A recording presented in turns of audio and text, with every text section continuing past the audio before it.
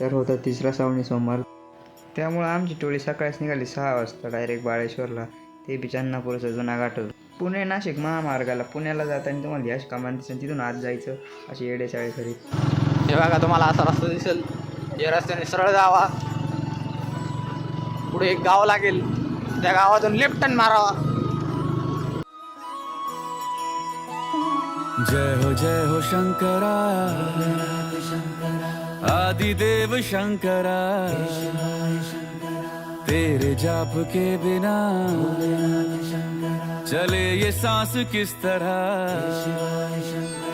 मेरा कर्म तू ही जाने क्या बुरा है क्या भला, तेरे रास्ते पे मैं तो आंख मूंद के चला. बाहेर आलो तर इथे चालू होतं खिचडी वाटायचं काम, तर खिचडी घेत थोडी खाल्ली. ब्लॉग कसा वाटला कमेंट करून नक्की सांगा.